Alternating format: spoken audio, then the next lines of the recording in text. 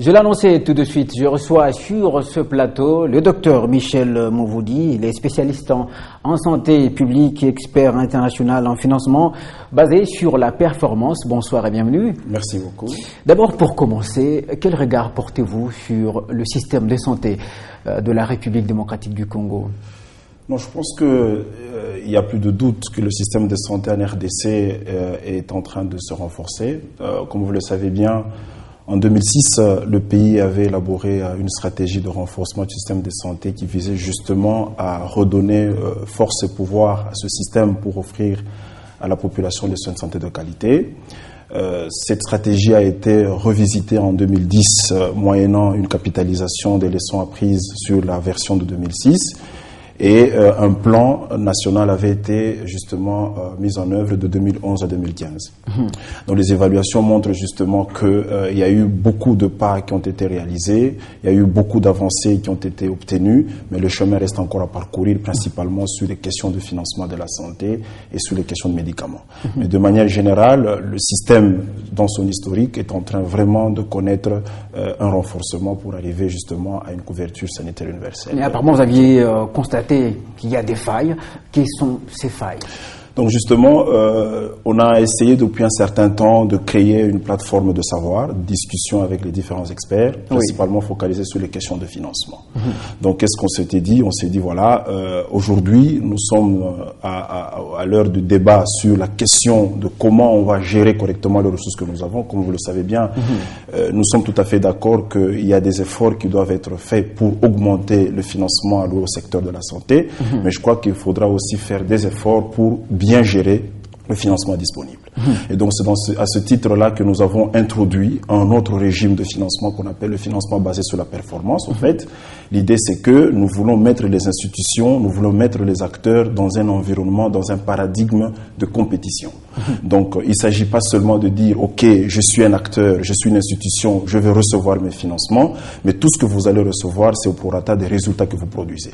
Donc cette idée a pris de l'ampleur principalement avec le rapport de l'OMS de 2010, le financement de la santé, le chemin vers la couverture universelle, où on montre justement que le système de santé dans beaucoup de pays subsahariens, mais aussi en RDC, est victime de gaspillage. Lorsqu'on voit la manière dont le financement est utilisé, que ce soit le financement public de l'État, que ce soit l'aide publique au développement, que ce soit même le financement issu de recouvrement de coûts, on se rend compte qu'il y a lieu de bien gérer ce qu'on a pour arriver à des résultats. Et donc cette dynamique est dans ce sens-là. Alors, et pour ça, il faut vraiment une action pédagogique. Oui, je crois que c'est très important. Il y a une autre stratégie qui est adaptée. Donc en fait, il y a une constellation de stratégies qu'il faut mettre en place. Donc la première constellation, c'est qu'il faut d'abord, premièrement, que les gens soient informés, qu'on puisse éduquer les gens, qu'on puisse sensibiliser les gens sur la gestion efficiente et rationnelle des ressources. Comme vous le savez, je l'ai dit en introduction, plusieurs personnes pensent que pour résoudre les questions de santé, il faut allouer plus d'argent. Mais on a vu justement qu'il y a des domaines là où on a eu suffisamment de moyens, mais on n'a pas atteint les résultats parce que tout simplement, on n'a pas mis en place une gestion judicieuse de ressources allouées. Et donc, l'idée, c'est qu'en sensibilisant les personnes sur ce paradigme, ça va permettre justement que la gestion soit rationnelle, et qu'on ne voie pas seulement la hauteur du financement apporté, mais aussi comment est-ce que le financement est en train d'être lié aux résultats. Ça, c'est primo. Secundo, je crois qu'il faut s'engager dans les réformes. Aujourd'hui, je ne reviens pas sur toutes ces réformes qui sont initiées dans le cadre de l'administration publique. Le secteur de la santé est aussi... Ils sont louables du reste. Juste, vraiment. Donc, c'est des réformes qui vont dans le sens vraiment de faire en sorte que le système de santé réponde aux attentes de la population. Donc, je ne reviens pas beaucoup sur cette question-là, mais il est vrai que les réformes, comme vous le savez, entraînent toujours des résistances. Les gens, parfois, ils comprennent des réformes comme une perte de position, une perte de place, mais de plus en plus, on comprend que même le financement basé sur la performance qui est une réforme devra justement être accepté pour qu'on arrive justement à un système de santé capable de permettre l'accès de la population aux soins de santé de qualité. Et pour ça, il faut que l'État s'implique ou il faut que les partenaires internationaux aussi emboîtent les pas? Tout à fait clair. Je crois que lorsque vous lisez la déclaration de Paris de 2005 sur l'efficacité de l'aide publique au développement, au fait, les engagements pour rendre efficace l'aide publique au développement, c'est un engagement entre partenaires et gouvernement. Oui. Et je crois qu'on ne peut pas aujourd'hui, dans un secteur comme la santé, où les partenaires travaillent en collaboration avec le gouvernement, ne laisser que le gouvernement faire seul le travail. Donc ici, l'idée, c'est que dans un partenariat qui respecte ces 5 principes, les uns et les autres s'engagent pour des résultats. Ça, c'est un. De deux, est-ce que je crois que vous le savez bien, de plus en plus, on commence à rappeler le rôle de l'État, le rôle du gouvernement, non seulement dans le financement, en disant, voilà, il faut augmenter le financement domestique. Notre pays est en train de faire des efforts, mais je crois qu'il y a encore beaucoup à faire. Ça, c'est un élément important. Un autre élément, c'est que si on voudrait justement atteindre de bons résultats dans le secteur de la santé, il faudra avoir non seulement un regard sur les financements apportés par l'extérieur via l'aide publique au développement, mais aussi il faudra bien voir les financements domestiques qui sont alloués par l'État. Donc je crois que c'est dans une vision de partenariat, c'est dans une vision de collaboration mutuelle entre gouvernement et partenaires qu'on pourrait justement arriver à bâtardir les freins qui empêchent à ce que le système puisse être performant. Alors, pour ce qui est de vous, professionnels de santé, est-ce qu'il faut d'abord commencer par vous pour que ce message passe? Parce que c'est vous qui savez effectivement de quoi il s'agit. Bien sûr, je crois que l'acteur est au centre de la transformation de ressources. Et je crois que vous avez suivi la grande réunion que nous avons organisée dans le cadre justement du partage de connaissances. Nous sommes tout à fait d'accord et nous partons de l'hypothèse selon laquelle il ne suffit pas justement de dire « Ok, je suis acteur, je dois tout recevoir », mais on se rend compte que les responsabilités au niveau du système de santé sont partagées. À différents niveaux, tout acteur là où il est, il a un rôle à jouer pour que le système finalement fonctionne comme une chaîne de production de services. Donc à ce titre, justement, nous avons essayé d'organiser une grande plateforme. On a discuté avec les acteurs du niveau opérationnel, du niveau intermédiaire et du niveau central pour montrer qu'il y a d'abord un sens de responsabilisation des personnes qui sont affectées dans les institutions de santé si on veut atteindre des résultats. Ça, c'est primo. Deuxièmement, c'est que il faut qu'on prenne les responsabilités en main et qu'on puisse avoir cette option de souci de résultats. Donc, il faudra que chaque fois quand l'acteur est en train de travailler, qu'il se soucie de ce qu'il va faire. Parce que les évaluations, que ce soit du plan qui est passé, mais que ce soit aussi les évaluations de plusieurs stratégies de financement ou de renforcement du système de santé en RDC, montre qu'il y a un élément qui manque beaucoup, c'est la redevabilité. Donc, plusieurs acteurs travaillent dans le système sans sens de redevabilité. Et donc, l'instrument que nous avons commencé à introduire dans notre système de santé, le financement basé sur la performance, insiste beaucoup sur le sens de redevabilité. Et nous pensons justement que l'acteur est au cœur de cette transformation. Alors, c'était une réunion organisée à Kinshasa. Vous êtes expert international. Alors que c'est une question qui touche toute la région des Grands Lacs, est-ce qu'il n'y a pas moyen, ou il ne serait pas mieux d'organiser quelque chose de beaucoup plus large qui impliquerait toute la région? Justement, donc on a voulu commencer par la RDC parce que nous croyons à la RDC. Nous pensons que s'il y a des initiatives qui doivent commencer, on peut les commencer par ici. Donc ça, c'est un premier pas. Donc on a montré justement qu'en RDC, il y a des acteurs, il y a des experts qui peuvent réfléchir sur les vraies problématiques de leur système et apporter des propositions de solutions idoines. Et donc ça, c'est un premier pas. Mais les perspectives sont telles que cette initiative va aller en tache d'huile et nous pourrons justement aussi toucher d'autres pays qui sont affectés par la même problématique de la gestion efficiente et rationnelle de ressources. Ça, c'est un premier pas. Mais il faut le dire quand même, la RDC, c'est un pays multi-contexte. Quand vous prenez la situation à l'Est, prenez la situation à l'Ouest, au Nord, au Sud, vous vous rendez compte qu'en fait, le pays présente des contextes très variés, contrairement à d'autres pays, justement. Donc, l'expérience de la RDC a montré que lorsqu'on a partager les expériences liées au contexte national, eh ben, on avait vraiment devant nous plusieurs cas de figure. Parce que justement, le pays a cette complexité-là. Donc, la RDC a servi justement d'outil pédagogique et nous pensons que les collègues qui sont venus du Sénégal, du Bénin, ont beaucoup aussi appris et nous ont aussi beaucoup partagé leur expérience, justement dans l'idée de renforcer tous les pays de l'Afrique subsaharienne qui sont confrontés par cette problématique. Alors, quel est l'objectif primordial? L'objectif, en fait, l'objectif in fine, c'est faire en sorte que le système de santé puisse permettre l'accès de la population aux soins de santé de qualité. Ça, c'est un résultat. Mais pour y arriver, il y a toute une démarche, il y a tout un processus qu'il faut mettre en place. Et ce processus passe par le renforcement du système de santé. C'est comme ça que, justement, avec les acteurs, nous avons réfléchi sur comment on peut véritablement renforcer le système de santé. Quand on parle de système de santé, soyons très modestes, regardons les 6 piliers selon l'OMS, c'est la gouvernance, c'est l'information sanitaire, les ressources humaines, la prestation, les médicaments et tout ce qui est lié au financement même. Et donc, l'idée pour nous, c'est de dire, OK, le RDC s'est engagé dans cette voie de renforcement du système. On se rend compte que les résultats sont mitigés, mais reste encore à faire. Comment nous pouvons réfléchir en tant qu'acteurs pour apporter davantage de la vitesse, davantage de la croisière sur cette question-là. Et donc, on a justement fait cette démarche parce que si on ne renforce pas le système de santé aujourd'hui dans ce pays, il sera difficile d'espérer un jour voir la population accéder aux soins de santé de qualité. Est-ce qu'on peut y voir une sorte d'interpellation à l'endroit du gouvernement? Je crois que l'interpellation va à l'endroit de tous les acteurs, gouvernement, société civile, partenaires au développement. Je crois que vous l'avez compris, lorsque nous prenons des engagements au sein d'un système, nous ne les prenons pas que du côté gouvernemental. Aujourd'hui, pour votre mémoire, le système de santé est financé par un trépied. Vous avez l'aide publique au développement, vous avez les financements domestiques, donc le financement de l'État, et vous avez aussi tout ce qui est pris comme participation de la population. Le constat en RDC, il est mauvais, c'est que jusqu'à aujourd'hui, c'est la population qui supporte le plus du coût des soins. Donc, ce qui fait justement que la plupart des personnes n'ont pas accès à ces services-là. Donc, aujourd'hui, si nous voulons travailler et arriver à de bons résultats, nous devons avoir une interpellation partagée.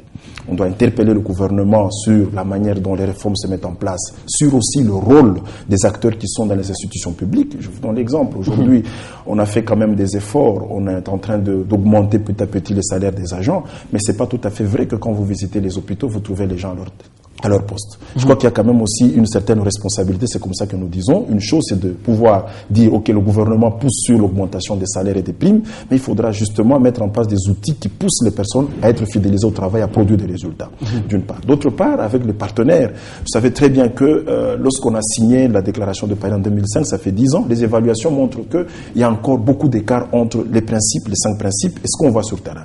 L'incoordination continue, le manque d'alignement s'approfondit, vous avez la question d'appropriation qui est encore trop loin. La gestion accès aux résultats est très superficielle. Donc, si aujourd'hui nous voulons nous partager des résultats qui soient potables, des résultats assez bons, nous devons justement, en tant que partenaire aussi, accompagner le gouvernement dans la mise en place des instruments efficaces pour la gestion du système de santé. Voilà, nous sommes en République démocratique du Congo et souvent on dénonce ce manque criant d'infrastructures de santé fiables. Est-ce que, en tant qu'expert, en tant qu'acteur dans ce domaine, ne devriez-vous pas aussi tabler sur ça? Bien sûr, vous avez raison. Donc ici, je vais peut-être très vite me référer à une enquête qui a été menée très récemment par l'OMS. On appelle l'enquête SARA, qui montre que la disponibilité de services en RDC est encore faible. Ok, donc il faudra beaucoup d'efforts. Donc justement, des discussions sont en train d'être menées entre les partenaires et le gouvernement pour créer les services. Même quand vous mettez en place un instrument comme le financement basé sur la performance, il faut d'abord créer les services avant de les rendre performants. Et donc il y a tout un plan de couverture qui est en élaboration pour que les services soient mis en place, qu'on construise les hôpitaux, qu'on les équipe, qu'on arrive à donner des médicaments. Mais attention, là où nous nous disons qu'il est important de réfléchir, c'est qu'il ne suffit pas de créer les services, il ne suffit pas seulement de dire on a construit les hôpitaux, il faut voir comment ces institutions seront gérées. On a vu beaucoup d'exemples là où on a construit des bons hôpitaux, là où on a équipé, mais 6 mois après, il n'y a plus rien. Pourquoi? Parce que l'acteur qui est là ne comprend pas sa responsabilité vis-à-vis de l'hôpital réhabilité, vis-à-vis d'un équipement donné. Donc, en mettant en place justement des instruments comme l'FBP, on essaie de transformer la création des services en des résultats qui soient en faveur de la population.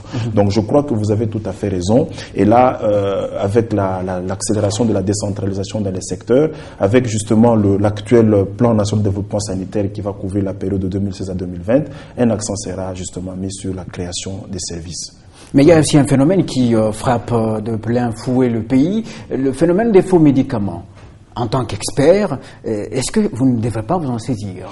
Vous avez raison. Je crois que vous avez suivi nos échanges lorsque nous avons organisé les 3 jours d'atelier pour le Hub. Oui.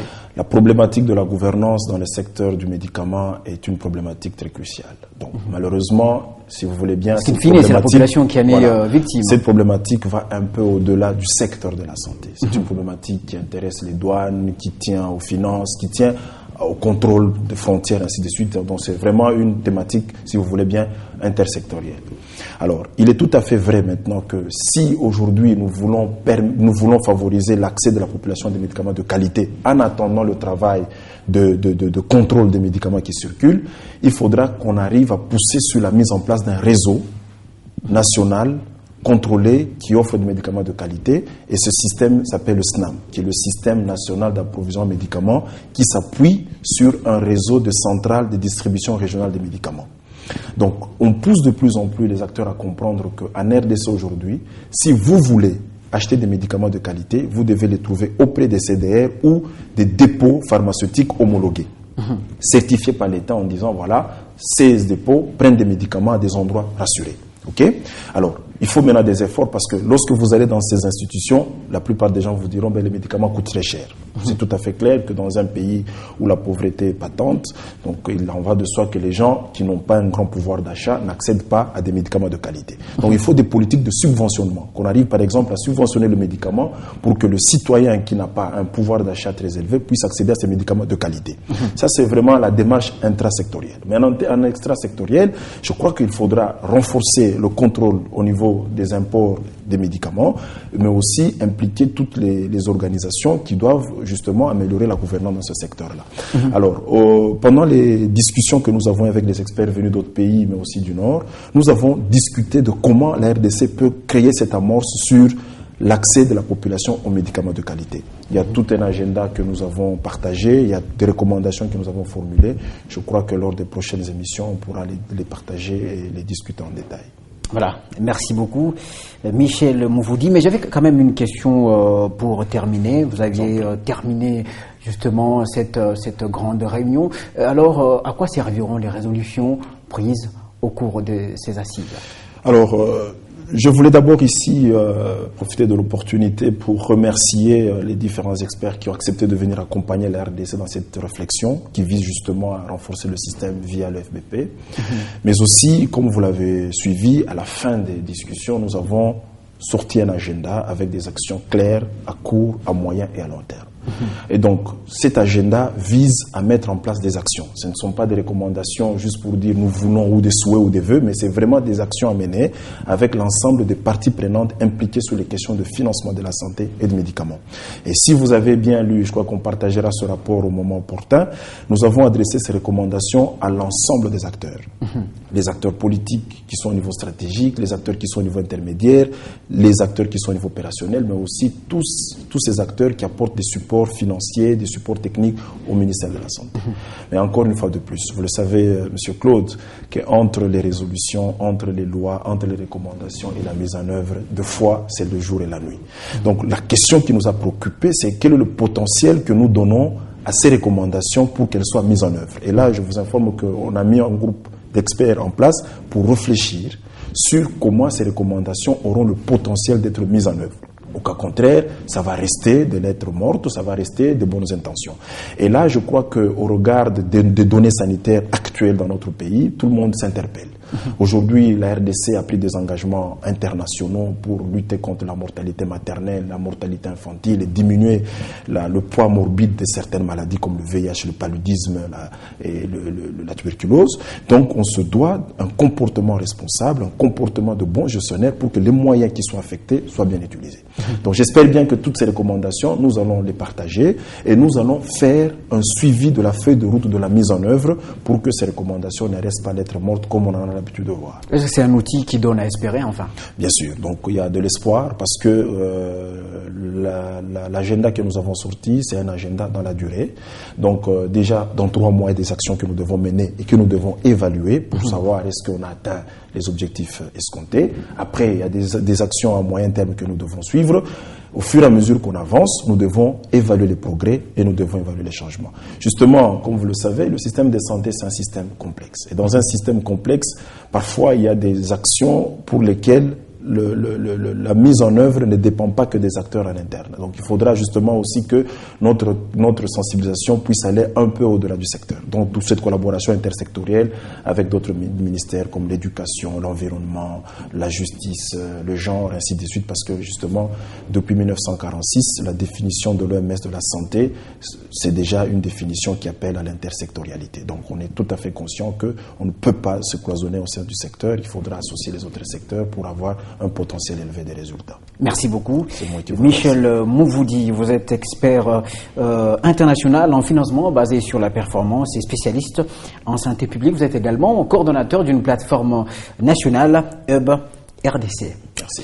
Nous passons maintenant au sport pour parler de ce stade. On a dit que le stade des Martyrs était réhabilité, mais selon certains amateurs du foot, c'est bien un leurre. Sur ce plateau, je reçois pour en parler Richard Ilunga, c'est un analyste sportif.